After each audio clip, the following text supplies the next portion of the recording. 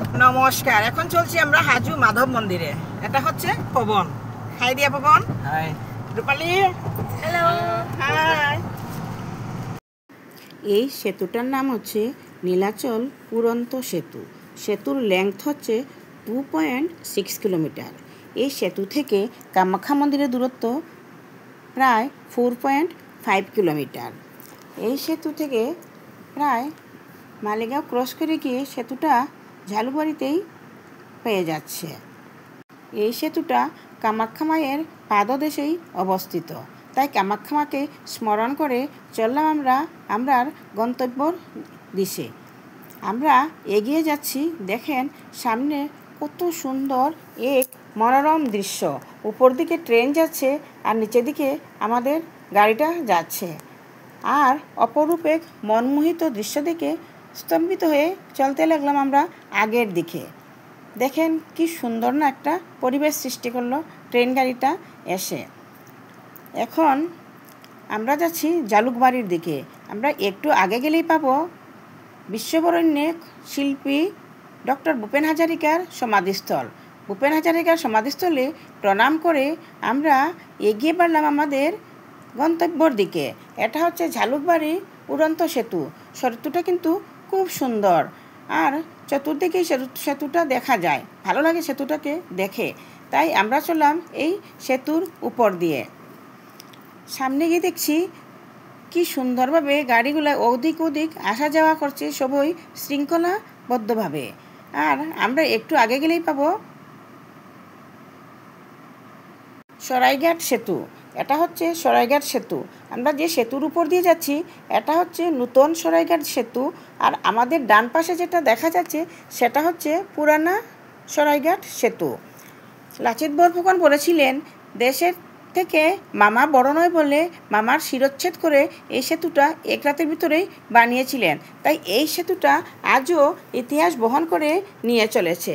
তাই আমরা চললাম এখন আমাদের হাজুর উদ্দেশ্যে। আমরা একটু আগে গিয়ে আমরা বাঁ দিকে নেমে যাব হাইওয়ে থেকে, আর ডান দিকের রাস্তাটা চলে যাচ্ছে বরপেটা, দরং, মঙ্গলদৈ, তেজপুর ওই দিকে। আর আমরা বাঁ দিকে নেমে আমরা চলে যাব হাজুর দিকে। এই দেখেন এখন আমরা বাঁ দিকে নেমে যাচ্ছি, আর ন্যাশনাল হাইওয়েটা চলে গেছে ওই দিকে। নামার পরেও দেখেছি খুব সুন্দর দৃশ্য, সবুজে ঘেরা, যেমন গ্রিনারি কি যে ভালো লাগছে দেখে সেটা বলার মতো নয়। হাজুর যে সৌন্দর্য এতটা, সেটা আমি কিন্তু ভাবছিলাম না। আজ বহুদিন পর আমি হাজুতে আসলাম, তাই হাজুর সৌন্দর্যটা দেখতে থাকলাম। খুব ভালো লাগলো হাজুর সৌন্দর্য দেখে। এটা হচ্ছে হাজুর সৌন্দর্য। আমাদের বাঁ পাশে ব্রহ্মপুত্র নদী বয়ে চলেছে। আর আমরা সামনে গিয়ে দেখব একটা গণেশ মন্দির, শ্রী শ্রী গণেশ মন্দির। আসা যাওয়া করতে লোকগুলা গাড়ি থামিয়ে গণেশ বাবাকে প্রণাম করে দক্ষিণা করে আর মনের আশা করে চলে যায়। তাই আমরাও গণেশকে প্রণাম করলাম, আর প্রণাম করে চন্দনের ফুটা, সিন্দুরের ফুটা আর আশীর্বাদ নিয়ে আমরা চললাম আগের দিকে। দেখেন এই গণেশ মন্দির কিন্তু অতি পুরাতন। এই পুরাতন গণেশ মন্দিরকে সবাই প্রণাম জানিয়ে আগের দিকে চলিয়ে যায়।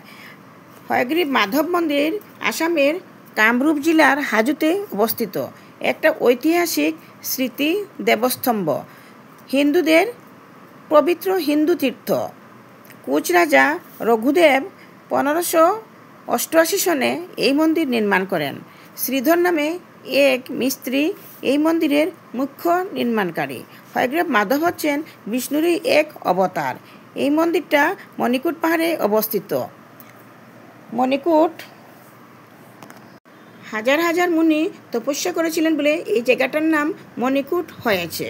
এখানে হিন্দুদের বিভিন্ন পূজা পার্বণ উদযাপন করা হয়, যেমন দোল উৎসব, জন্মাষ্টমী ইত্যাদি। এইগুলা এখন আমরা হাজুতে এসে পৌঁছে গেছি। এটা হচ্ছে হাজুর দৃশ্য। সুন্দর দেখেন গাছটা কি সুন্দর একটা গেটের মতো বানিয়ে নিয়েছে, অপরূপ সুন্দর, খুব ভালো লাগলো দেখে। আমাদের ডান পাশে এটা হচ্ছে মনসা মন্দির। মনসা মন্দিরকে প্রণাম জানালাম জানিয়ে আমরা এখন এসে গেছি হয়গ্রীব মাধব মন্দিরের মেইন গেইটে।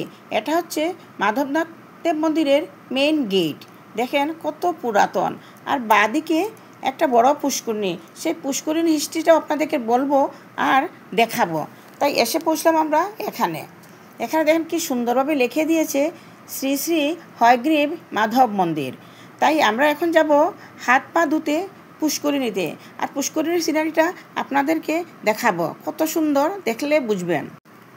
এখানে জ্যান্ত কুর্ম অবতার বিরাজ করছেন।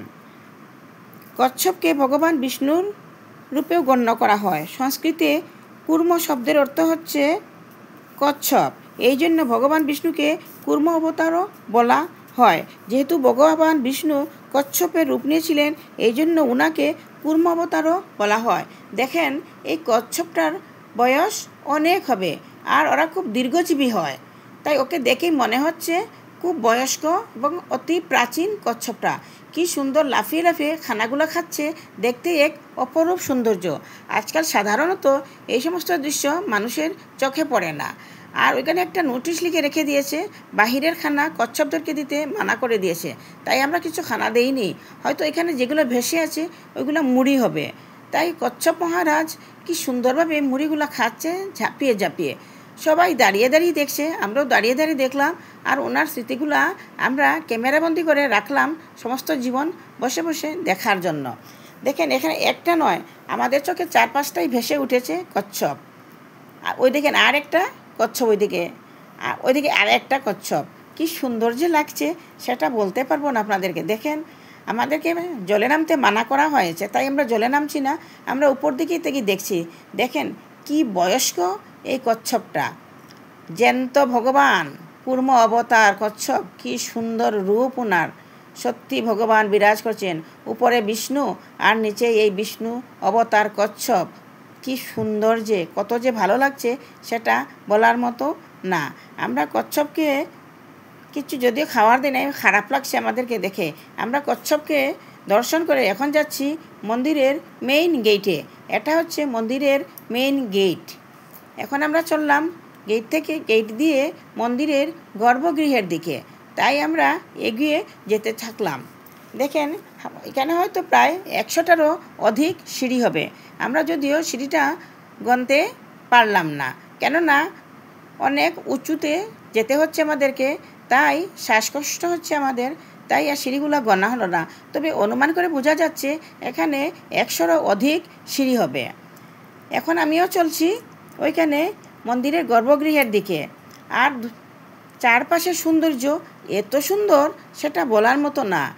গাছগাছালিতে ভর্তি, গ্রিন হয়ে আছে মন্দিরের চতুর্দিক। খুব ভালো লাগলো দেখে। চলছি হাজু মাধব মন্দিরে। অনেকগুলো সিঁড়ি, তাই আমরা সিঁড়িগুলো বেয়ে বেয়ে চলছি উপরের দিকে। শ্বাস প্রশ্বাস নিতে কষ্ট হচ্ছে, যদিও আনন্দও লাগছে, ভালোও লাগছে। আমরা সিঁড়িগুলো অতিক্রম করে উপরের দিকে যাচ্ছি। আমরা প্রায় মন্দিরের গেট পেয়ে গেছি। এখন আমরা মন্দির কমপ্লেক্সে ঢুকে যাব। আর আমরা ধূপদীপ যেগুলো এনেছি এগুলো জ্বালাবো, সেটাও আপনাদেরকে দেখাবো।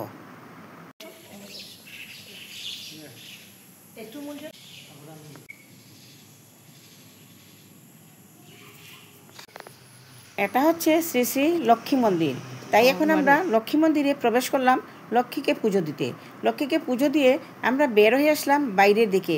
এখন আমরা মন্দির পরিক্রমা করে করে এগিয়ে যাব, তারপর আমরা মাধব মন্দিরে প্রবেশ করব। এখন আপনাদেরকে মন্দির চত্বরটা আপনার ঘুরিয়ে দেখাচ্ছি, আর আমিও প্রদক্ষিণ করছি। আর ওইখানে চড়াই চিকুটি পশু পাখির ডাকগুলা কী যে ভালো লাগছে সেটা বলার মতো না। শুনেন ডাকগুলো।